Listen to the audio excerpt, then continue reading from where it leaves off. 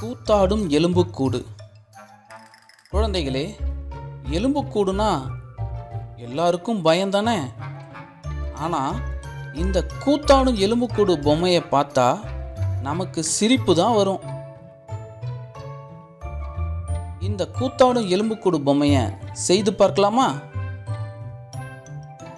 இதை செய்வதற்கு தேவையான பொருட்கள்: தடிமனான சார்ட் அட்டை, எலும்புக்கூட்டின் அனைத்து எலும்புகளும் அச்சடிக்கப்பட்டிருக்கும் படம், ஒரு தென்னங்குச்சி, சிறிதளவு பசை, ஒரு ஊசி மற்றும் நூல்.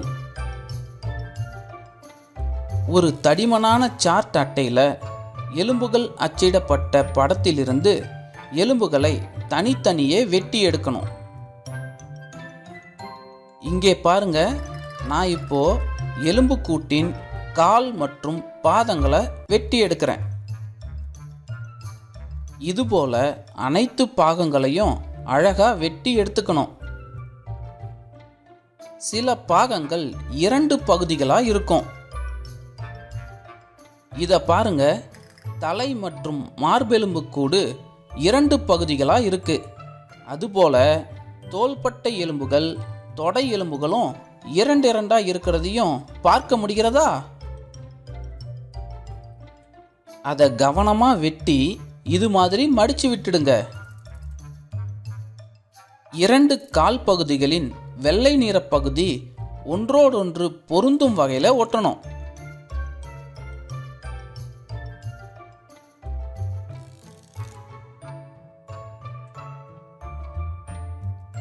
இதனால 2 புறம் இருந்து பார்த்தாலும் எலும்புகள் நன்கு தெரியும். இதுபோல கைகளையும் ஒட்டணும்.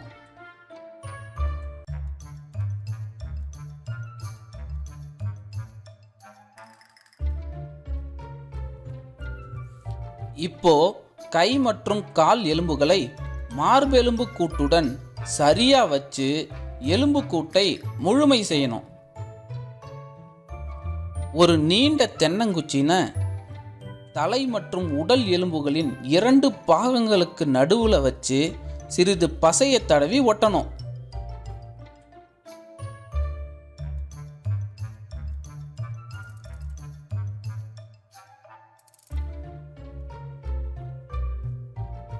அதுக்கப்புறம் கையோட தோள்பட்டை எலும்புகளையும் உடலோடு கால் எலும்புகளையும் ஊசி நூல் கொண்டு 2 புறங்களிலும் முடிச்சு போட்டு தைக்கணும்.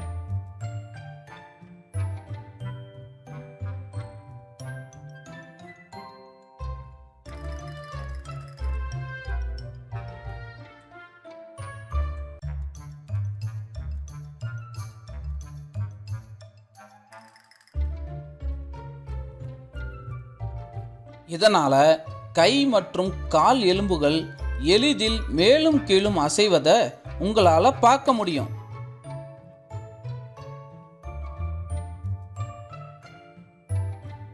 இப்போ குச்சியை பிடித்து சுழற்றும் போது எலும்புக்கூட்டின் கை மற்றும் கால் எலும்புகள் கலை கூத்தாடி போல ஆடுவதைக் கண்டு ரசிக்கலாம்.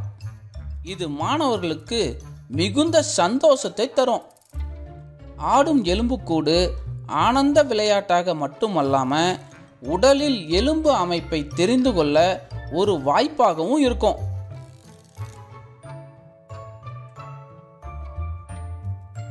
இத்தகைய பயிற்சியை மேற்கொள்வதன் மூலமாக எளிய பொருட்களை கொண்டு நம் படைப்பாற்றல் திறனை நாமே வளர்த்து கொள்ளலாம்.